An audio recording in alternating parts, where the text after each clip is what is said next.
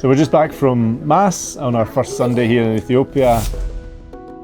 We've only been here for a short time, but I've just learned so much in the past few days about Ethiopia and about its history and about its people and its culture, the food and the coffee. A lot of the time, people might think of the countries that SCIAF works in a lot as just being so beset by extreme poverty. And of course that is the case for so many people here.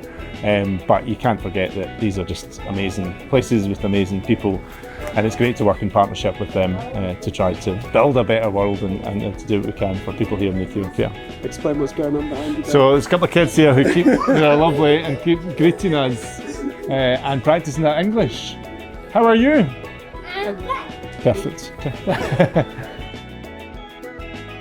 Yeah, I mean, people dance, in a different manner in Ethiopia. So we normally mock each other by saying, when you start from the north, around Tigray, people use their heads. Come a little bit down to the Amhara region, they mainly use their shoulders. And then you come to the central part of Ethiopia, they use their body, the whole body. And then as you go to the south, they mainly use their hips. And then carry on to Konso, they use their legs. So we're like saying the Ethiopian dance are from head to leg. That means from north to south. So that's how people dance. Had another brilliant day today in Borena in the south of Ethiopia. We met a number of the people that SCIAF's been supporting over the past few months as they've been facing increasing droughts and scarcity of water. One of the fathers that we spoke to said that they have this traditional practice within his ethnic group whereby if a particular family falls on hard times, maybe they lose all their cattle, then the community will come round them and they will help that person in their clan, maybe to give them another cow to get them back up on their feet. And he said, but there's so much poverty here now that system has broken down, and he was so thankful and grateful that people all the way in Scotland who are not even part of his clan were kind of doing the same thing by giving them cash and livestock as it was to help them get back on their feet after the drought. And I just thought it was a really powerful message and something that I'm looking forward to taking home to supporters in Scotland to show how important their donations are. This is day one in Tigray in the north of Ethiopia. We just arrived this morning. Got a briefing from the partners about the situation here. And it's incredibly bleak. The war that raged until just a few years ago has left scars and horrible trauma. There's still 1 million people who are displaced here in Tigray.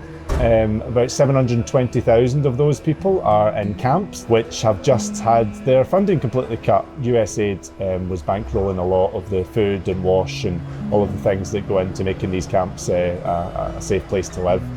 So we're going to be visiting some of those camps in a few days and we'll see what the impacts there look like. Alongside that, we heard stories about the scars and the trauma that so many people, especially children and women, but also men and boys, have experienced as part of the conflict. And the economy is in real ruins. 85% people here are unemployed. So a bit of a bleak one today, it's a bit sad, but we're looking forward to getting out to seeing some of the projects soon. Some of the projects that SCIAF supporters have funded, which has given hope back to the people here.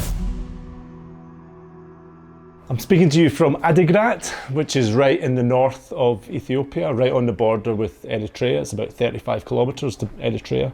So this is one of the cities that has really been besieged by the conflict, which has taken this whole part of the country in recent years. This morning we were at Mass. It was a really amazing experience. It was 6:30 in the morning, sharp. It was an Ethiopian Catholic Mass, so it was a completely different rite. The priests had their back to the congregation. It was in the Ethiopian language of Ge'ez. There's a lot of chanting, a lot of music, quite solemn at times, but also very, very joyful at times. During the conflict, the priests and the sisters and the religious community here, they stayed to serve the people, putting themselves at great risk. We heard a story today of the military turning up at the cathedral, demanding to see the bishop aggressively with guns, and the bishop calmly saying to them, calm down, let's go, let's have tea and we will talk. And similarly, we heard some really quite graphic stories from Sister Mana, who faced off the military herself and proudly stood by the people she was looking after. Really, it's quite tough here, it's quite sad to hear these stories, but also really, really heartening to hear the testimonies of these incredibly brave people who SCIAF's been able to work through.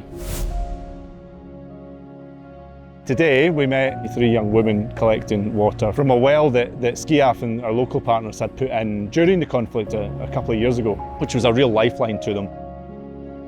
And it's brought water so much closer to their village, which is fantastic. But they were explaining to us as young women how afraid they had been. They used to have to travel long distances, could be talking a 6-hour trip to get water, which was incredibly risky during the war. Because we know that local military militias would be around, and we know a lot of the risks that exist for young women in particular. So yeah, another really powerful day and quite scary, but again, as I say, really hopeful. We brought water so much closer, and we could see them actually really thriving as a result of that one thing that we had done, so quite inspiring.